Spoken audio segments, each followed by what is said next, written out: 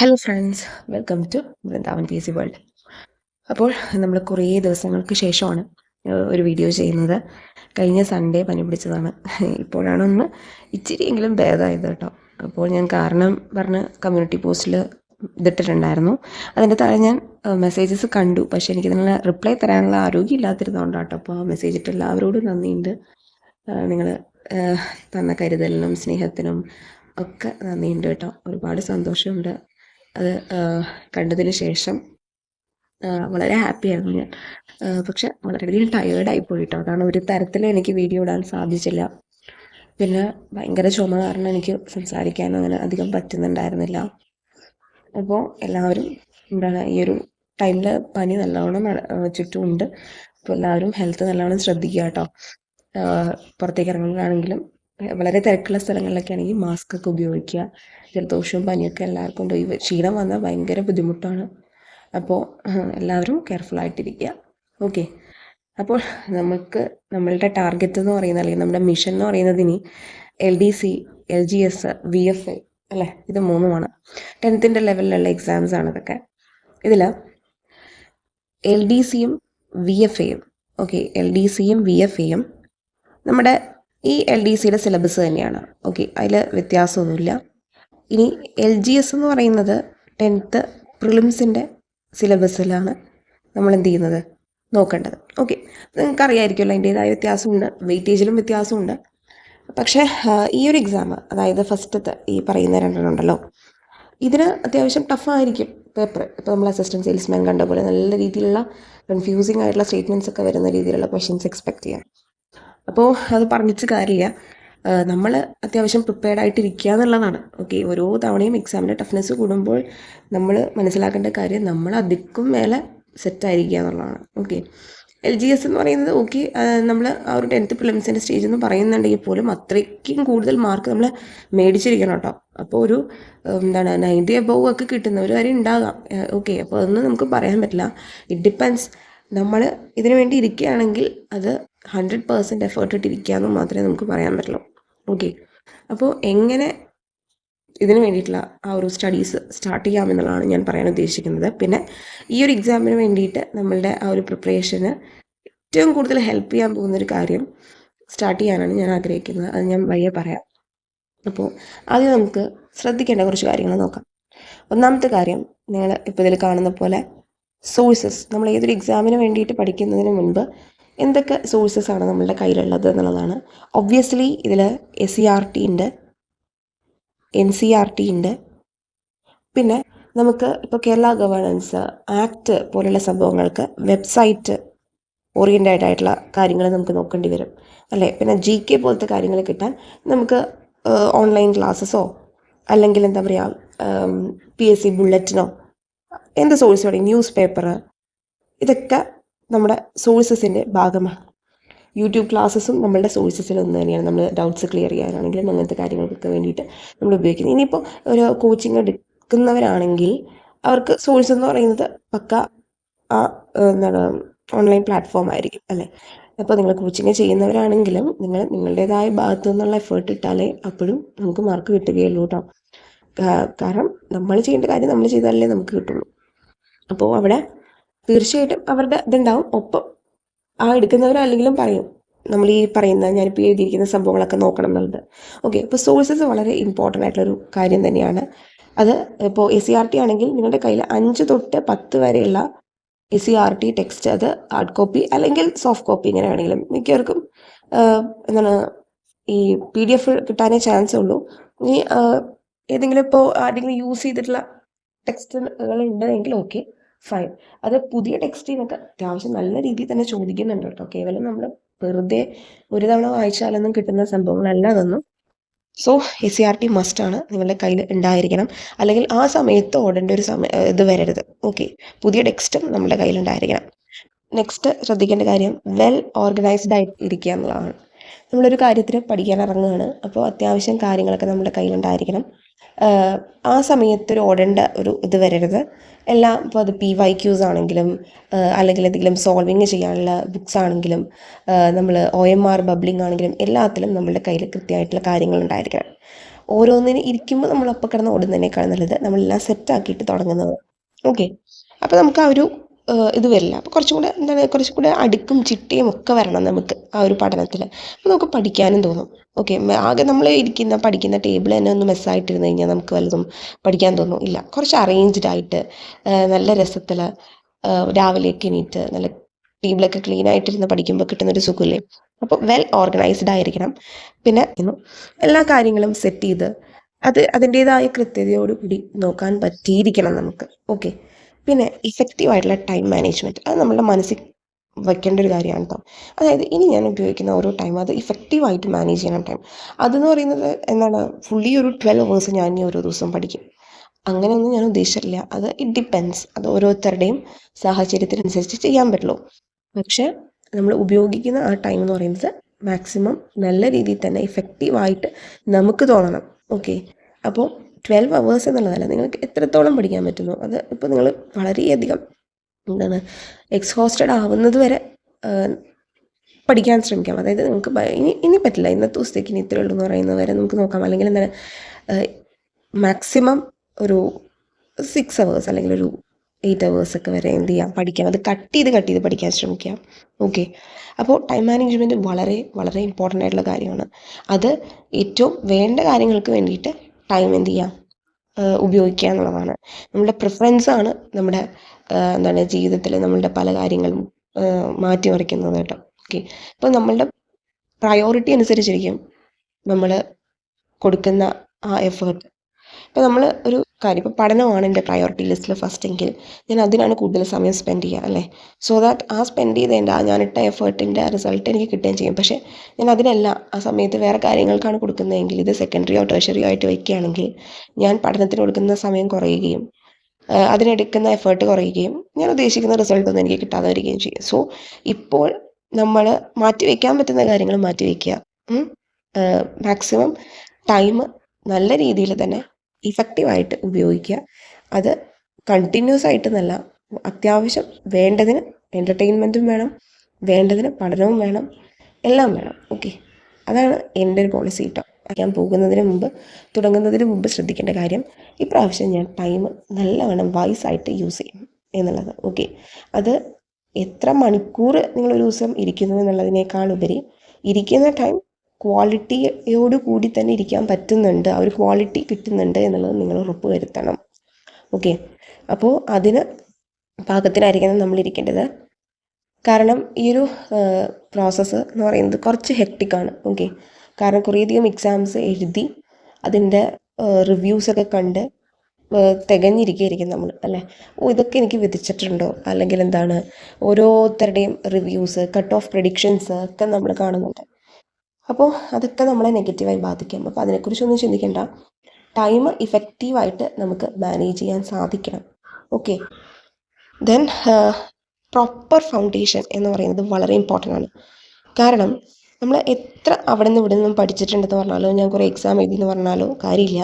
നമ്മളുടെ base strong അല്ല എങ്കിൽ അവിടെ എന്ത് ചെയ്തിട്ടും കാര്യമില്ല. അത്യാവശ്യം ബേസ് ഉള്ള ഒരാളാണെങ്കിൽ അയാൾക്ക് പിന്നീട് അങ്ങോട്ടുള്ള എല്ലാ കാര്യങ്ങളും ബിൽഡ് ചെയ്തെടുത്താൽ മതി. ഓക്കെ, എന്ത് കാര്യവും നിങ്ങൾ ശ്രദ്ധിച്ചിട്ടുണ്ടാകുന്നത്. അപ്പോൾ ഫൗണ്ടേഷൻ ഇമ്പോർട്ടൻ്റ് ആണ്. അപ്പോൾ ഇതുവരെ ബേസിക് അങ്ങോട്ട് സെറ്റ് ആവാത്തവരുണ്ട് എങ്കിൽ ഞാൻ തുടങ്ങാൻ പോകുന്ന കാര്യവും നിങ്ങൾക്ക് ഹെൽപ്ഫുൾ ആണെന്ന് വിചാരിക്കുന്നു. അപ്പോൾ ഈ ഫൗണ്ടേഷൻ ഇമ്പോർട്ടൻ്റ് ആണ്. അത് പ്രോപ്പർ ഫൗണ്ടേഷൻ എന്ന് പറയുന്നത് കിട്ടുന്നത് തുടക്കം SCERT പാഠപുസ്തകങ്ങളിൽ നിന്നാണ്. കാരണം അവരുടെ മെയിൻ ക്വസ്റ്റ്യൻസിൻ്റെ സോഴ്സ് എന്ന് പറയുന്നത് SCERT ആണ്.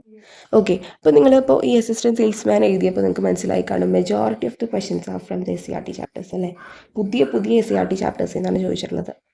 അപ്പോൾ അത്രയ്ക്ക് കീനായിട്ട് പഠിച്ചൊരാൾക്ക് മാത്രമേ അത് ആൻസർ ചെയ്യാൻ സാധിക്കുള്ളൂ. Okay, GK apart from GK എന്ന് പറയുന്നത് ഒബ്വിയസ്ലി എല്ലാത്തിലും ഉള്ളതാണ്, കറണ്ട് അഫയേഴ്സ് ചോദിക്കുന്നതാണ്. അത് മാറ്റി നിർത്തി കഴിഞ്ഞാൽ ബാക്കിയൊക്കെ മെയിൻലി ഒരു ടെക്സ്റ്റാണ് കോൺസെൻട്രേറ്റ് ചെയ്തിരിക്കുന്നത്.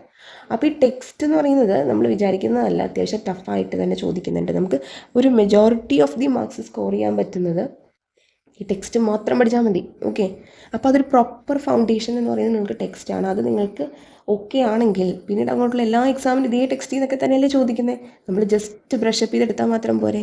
ഓക്കെ, അപ്പോൾ പ്രോപ്പർ ഫൗണ്ടേഷൻ ഇമ്പോർട്ടൻ്റ് ആണ്.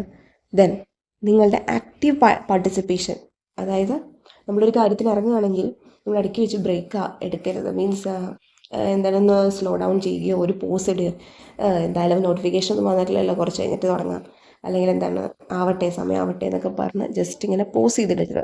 ഓക്കെ, നമ്മൾ ആ ഒരു കാര്യത്തിൽ ഇറങ്ങിയിട്ടുണ്ടെങ്കിൽ നമ്മൾ ആക്റ്റീവ്ലി അതിലൊന്ന് പാർട്ടിസിപ്പേറ്റ് ചെയ്യണം. അത് നമ്മൾ എൻജോയ് ചെയ്ത് ചെയ്യാൻ ശ്രമിക്കുക. കുറച്ചും കൂടെ എന്താണ് എൻ്റെ തലയിലെടുത്ത് അല്ലെങ്കിൽ എനിക്കിത് ചെയ്തല്ലേ പറ്റുള്ളൂ, വേറെ വഴിയില്ലല്ലോ, അങ്ങനെ ചിന്തിക്കുന്നേക്കാളും ഉപരി കുറച്ചും കൂടെ എൻജോയ് ചെയ്തുകൊണ്ട്, മീൻസ് എന്താ പറയുക, നമ്മളത് തന്നെ കുറച്ചും കൂടെ ആസ്വദിച്ചുകൊണ്ട് ഇതെൻ്റെ ആവശ്യമാണ്, എൻ്റെ നിലനിൽപ്പിൻ്റെ ആവശ്യമാണെന്നുള്ളൊരു ബോധ്യത്തിൽ നമ്മൾ എന്ത് ചെയ്യുക, നമ്മളുടെ സ്റ്റഡീസിൽ നമ്മൾ തന്നെ ആക്റ്റീവ്ലി പാർട്ടിസിപ്പേറ്റ് ചെയ്തിരിക്കണം.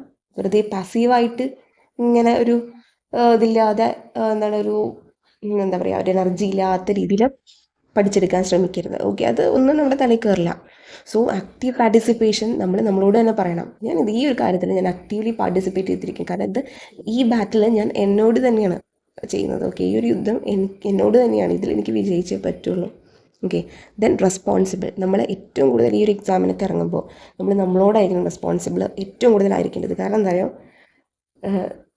ആർക്ക് വേണ്ടിയിട്ടാണ് നമ്മൾ ചെയ്യുന്നത്? ആത്യന്തികമായിട്ട് ഏറ്റവും ഇത് നമുക്ക് വേണ്ടി തന്നെയാണ്, അല്ലേ? പിന്നെയാണ് നമ്മളുടെ പാരൻസ്, ഫാമിലി, അതിനൊക്കെ വേണ്ടിയിട്ടെന്ന് പറഞ്ഞപ്പോൾ നമ്മളോടൊരു ഉത്തരവാദിത്വം കാണിക്കണ്ടേ? അതായത് ഞാനിതിനു വേണ്ടി ചെയ്തു, അപ്പോൾ എനിക്ക് വേണ്ടിയിട്ടല്ലേ, അതിൽ ഞാൻ 100% ഇട്ടില്ലെങ്കിൽ പിന്നെ എന്ത് കാര്യം?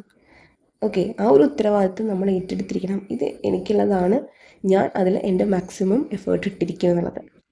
പിന്നെ നിങ്ങൾക്ക് ഏറ്റവും കൂടുതൽ ഹെൽപ്ഫുൾ ആവുന്നത് ഈ ഡെയിലി സ്റ്റഡി അനാലിസിസ് ആണ്. അപ്പോൾ ഞാൻ തുടങ്ങാൻ ഉദ്ദേശിക്കുന്ന കാര്യം അത് തന്നെയാണ്. അതായത് നമ്മൾ ഓൾറെഡി സ്റ്റഡി പ്ലാനൊക്കെ ഓരോന്നിനും ഓരോ എക്സാമിന് ഇട്ടിരുന്നല്ലോ. അപ്പോൾ ഡെയിലി മെയിൻലി കോൺസെൻട്രേറ്റ് ചെയ്യുന്നത് CRT, അതുപോലെ തന്നെ NCERT, current affairs, English, Malayalam, vocabulary portion.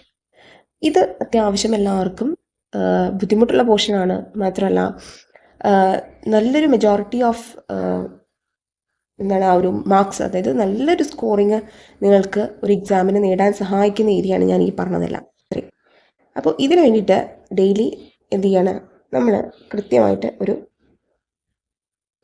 എന്ത് ചെയ്യും, എന്ത് പഠിക്കണം എന്നൊരു ദിവസം പറയും. കറക്റ്റ് നൈറ്റ് 8 PM അതിൻ്റെ ഒരു ക്വിസ് ഉണ്ടാവും. അതിനോട് റിലേറ്റ് ചെയ്തിട്ടുള്ള എന്താണോ പഠിക്കാൻ പറഞ്ഞത് ആ പാഠം പഠിച്ചിട്ട് നമ്മൾ ആ ഒരു ക്വിസ് അറ്റൻഡ് ചെയ്യണം. എത്ര പേര് അറ്റൻഡ് ചെയ്തോ അതിൽ നിങ്ങളുടെ റാങ്ക്, നിങ്ങൾക്ക് എത്ര സ്കോർ ചെയ്യാൻ പറ്റി എന്നുള്ളതൊക്കെ നിങ്ങൾക്ക് മനസ്സിലാവും. ഇത് ഡെയിലി ചെയ്യുമ്പോഴൊരു ഗുണം എന്താണെന്നറിയോ, നമ്മൾ അന്ന് വായിച്ചു അത് എത്രത്തോളം നമ്മളുടെ മനസ്സിലേക്ക് കയറി, എത്ര കാര്യങ്ങൾ, അപ്പോൾ നമ്മൾ വായിച്ചതിൽ എത്രയൊക്കെ കാര്യങ്ങളായിരുന്നു ഇമ്പോർട്ടൻറ്റ്, നമ്മൾ വായിക്കാതെ വിട്ട പോയിൻറ്റ്സ് ഏതൊക്കെയായിരുന്നു, ഏതൊക്കെ ചോദ്യങ്ങളായി വരാം ഓരോ ടെക്സ്റ്റിൻ്റെയും ഭാഗത്ത് എന്നുള്ളതൊക്കെ ഇങ്ങനെ ഈ ഒരു ഡെയിലി ക്വിസിൽ നിങ്ങൾക്ക് എന്ത് ചെയ്യാൻ പറ്റും, മനസ്സിലാക്കാൻ പറ്റും. ഓക്കെ, അപ്പോൾ ഇങ്ങനെ ഒരു ഡെയിലി ക്വിസ്സാണ് ഞാൻ സ്റ്റാർട്ട് ചെയ്യാൻ ഉദ്ദേശിക്കുന്നത്. എന്തൊക്കെ പഠിക്കണം എന്ന് പറയും, അതിനനുസരിച്ച് രാത്രി ഒരു ക്വിസ് ഉണ്ടാവും. ഓക്കെ, അപ്പോൾ ഇത് നിങ്ങളുടെയും കൂടെ അഭിപ്രായം അറിഞ്ഞിട്ട് സ്റ്റാർട്ട് ചെയ്യാനാണ് ഞാൻ ഉദ്ദേശിക്കുന്നത്. എത്ര പേര് ജോയിൻ ചെയ്യുന്നുണ്ടെന്ന് അറിഞ്ഞിട്ട് ഞാനിത് തുടങ്ങിയാൽ മതിയല്ലോ. ഓക്കെ, അപ്പോൾ താല്പര്യമുള്ളവർ പറയുക. ഇത് എന്താണ് ജസ്റ്റ് 80 റുപ്പീസിനാണ് കേട്ടോ ഞാനത് ചെയ്യുന്നത്. അപ്പോൾ എന്തുകൊണ്ട് ഞാനങ്ങനെ പ്രൈസ് വയ്ക്കണമെന്ന് വെച്ച് കഴിഞ്ഞാൽ ഈ ക്വിസ് സെറ്റ് ചെയ്തെടുക്കാൻ കുറച്ചുണ്ട്. അത് ചില്ലറയല്ലാന്ന് നിങ്ങൾക്കറിയാമല്ലോ. ആ ക്വസ്റ്റ്യൻസ് നമ്മൾ ഓരോ ദിവസവും ക്വസ്റ്റ്യൻസ് സെറ്റ് ചെയ്യണം. അത് നിങ്ങൾക്ക് റാങ്ക് കാണിക്കണം, അല്ലെ, നിങ്ങളുടെ മാർക്ക് കാണിക്കണം. ജസ്റ്റ് 80 റുപ്പീസാണ് പറയുന്നത് നമ്മളുടെ ഈ ഒരു എക്സാമിൻ്റെ ആ ഒരു ഡിസംബർ വരെയുള്ള മാസത്തേക്ക് വേണ്ടിയിട്ട്.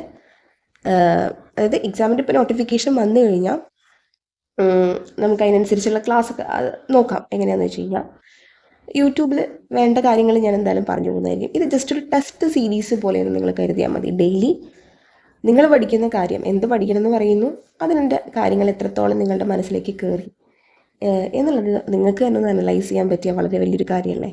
അപ്പം നമുക്ക് സ്വയം മനസ്സിലാവും എന്തൊക്കെ കാര്യങ്ങൾ ഞാൻ പഠിച്ചു, ഞാൻ എത്രത്തോളം മുന്നിലെത്തി. അത് ഇത്ര പേര് അറ്റംപ്റ്റ് ചെയ്തൊരു ക്വിസിൽ നിങ്ങളുടെ റാങ്ക് ഉയരുമ്പോൾ ഞാൻ ഇത്രയും ഉയർന്നല്ലോ എന്നുള്ളൊരു തോന്നലൊക്കെ വരില്ലേ. ഓക്കെ, അപ്പോൾ ഇതിൻ്റെ അഭിപ്രായം നിങ്ങൾ പറയാം. നിങ്ങൾ ഓക്കെ ആണെങ്കിൽ മാത്രമേ ഞാനത് സ്റ്റാർട്ട് ചെയ്യുള്ളൂ, അല്ലാത്ത പക്ഷം ജസ്റ്റ് ലീവ് ഇറ്റ്, അത്രയേ ഉള്ളൂ കേട്ടോ.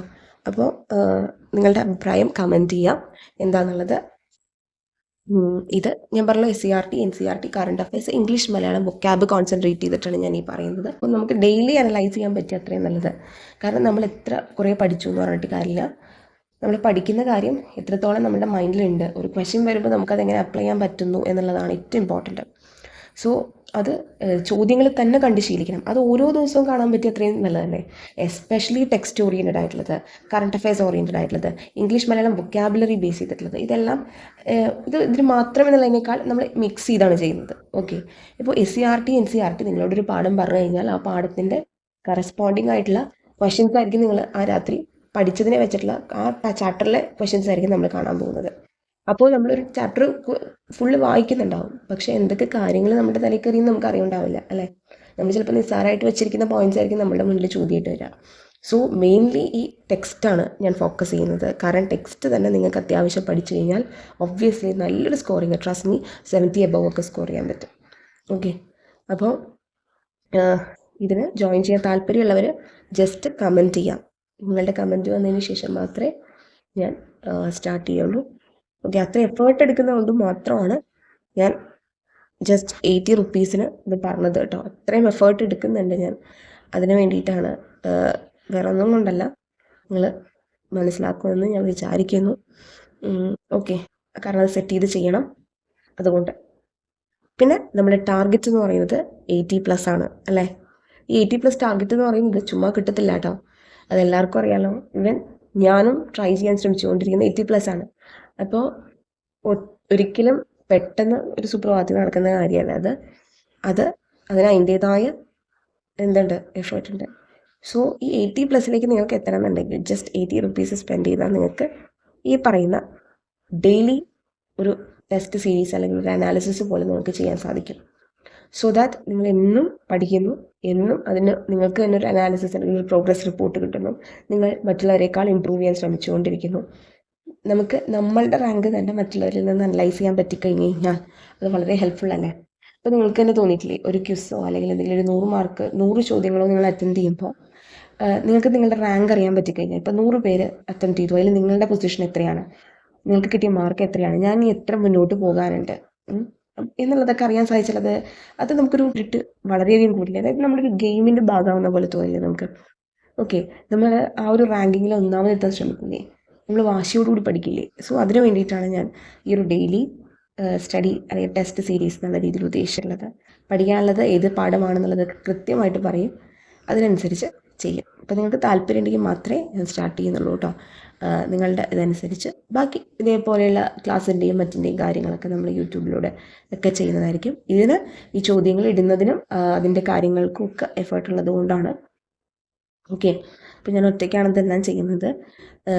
പിന്നെ അതിൻ്റേതായ കുറേയധികം പരിമിതികളുടെ ഉള്ളിൽ നിന്നാണ് ഞാനത് ചെയ്യുന്നത്. അതുകൊണ്ട് മാത്രമാണ് ഞാനിതിങ്ങനെ ഈ ഒരു ഇത് പറയുന്നത്. നിങ്ങളൊരിക്കലും കമ്പയർ ചെയ്യില്ല, ഇത് നിർബന്ധിച്ച് എന്താണ് നിങ്ങൾ ഇതാക്കി ചെയ്യണം എന്നുള്ളത്. നിങ്ങളുടെ ഇഷ്ടം, നിങ്ങൾക്ക് താല്പര്യം ഉണ്ടെങ്കിൽ മാത്രം മതി. ഓക്കെ, അല്ല നിങ്ങൾ സ്വയം ഇതാക്കി പഠിച്ച് ഇതാക്കാനാണെങ്കിൽ അങ്ങനെ. ഓക്കെ, എനിവേയ്സ് നിങ്ങളുടെ താല്പര്യം പോലെ. സ്റ്റഡി പ്ലാൻ എന്ന് പറയുന്നത് നമുക്ക് ജനറലൈസ് ചെയ്തും ഇടാൻ പറ്റുന്നതാണ്. ഓരോ ദിവസവും എന്തൊക്കെ പഠിക്കണം, പക്ഷേ എത്രത്തോളം നമ്മൾ പറഞ്ഞാലും ഒരു ദിവസം ഇതൊക്കെ പഠിക്കണം എന്ന് നമ്മൾ പറഞ്ഞാലും എത്ര പേരത് കൃത്യമായിട്ട് ഫോളോ അപ്പ് ചെയ്യും അല്ലേ. അപ്പോൾ അവിടെ നമ്മൾക്കൊരു പുഷ് വരണം എന്നുണ്ടെങ്കിൽ തീർച്ചയായിട്ടും നമ്മളെ അവിടെ പ്രോപ്പറായിട്ട് ഗൈഡ് ചെയ്യണം. ഇന്ന ദിവസം ഇന്നത് പഠിച്ചിരിക്കണം, അതിൻ്റെ രാത്രി എക്സാം ഉണ്ടായിരിക്കണം. നമ്മളത് കുറച്ചും കൂടെ എന്ത് ചെയ്യും, റെസ്പോൺസിബിൾ ആകും. ഓക്കെ, കുറച്ചും കൂടെ റെസ്പോൺസിബിൾ ആകും. നമ്മൾ കുറച്ചും കൂടെ ശ്രദ്ധയോടുകൂടി അത് എന്ത് ചെയ്യും, യൂസ് ചെയ്യും. ഓക്കെ, നമ്മൾ യൂട്ടിലൈസ് ചെയ്യും മാക്സിമം. അത് നമ്മൾ വെറുതെ മിസ്സാക്കില്ല, ഒരു ദിവസത്തെ കാര്യം പോലും നമ്മൾ മിസ്സാക്കില്ല. മാക്സിമം അതിനെ യൂട്ടിലൈസ് ചെയ്യും, മാക്സിമം നമ്മൾ അതിനനുസരിച്ച് നമ്മളെ ഒന്ന് മോഡിഫൈ ചെയ്യും. അതിന് വേണ്ടിയിട്ടാണ് കേട്ടോ അത്, അല്ലാതെ ഒന്നും കൊണ്ടല്ല. അപ്പോൾ ഇത്രയും കാര്യങ്ങൾ പറയണമെന്ന് വിചാരിച്ചു. ഇത് നമ്മളുടെ എക്സാമിന് വേണ്ടിയിട്ട് ഞാൻ പറഞ്ഞല്ലോ 80+ ആണ് ടാർഗറ്റ് ചെയ്യുന്നത്. ആ 80+ലേക്ക് എത്തണം എന്നുണ്ടെങ്കിൽ നമ്മൾ പല കാര്യങ്ങളിലൂടെ എന്ത് ചെയ്യണം, പോകേണ്ടിയിരിക്കുന്നു.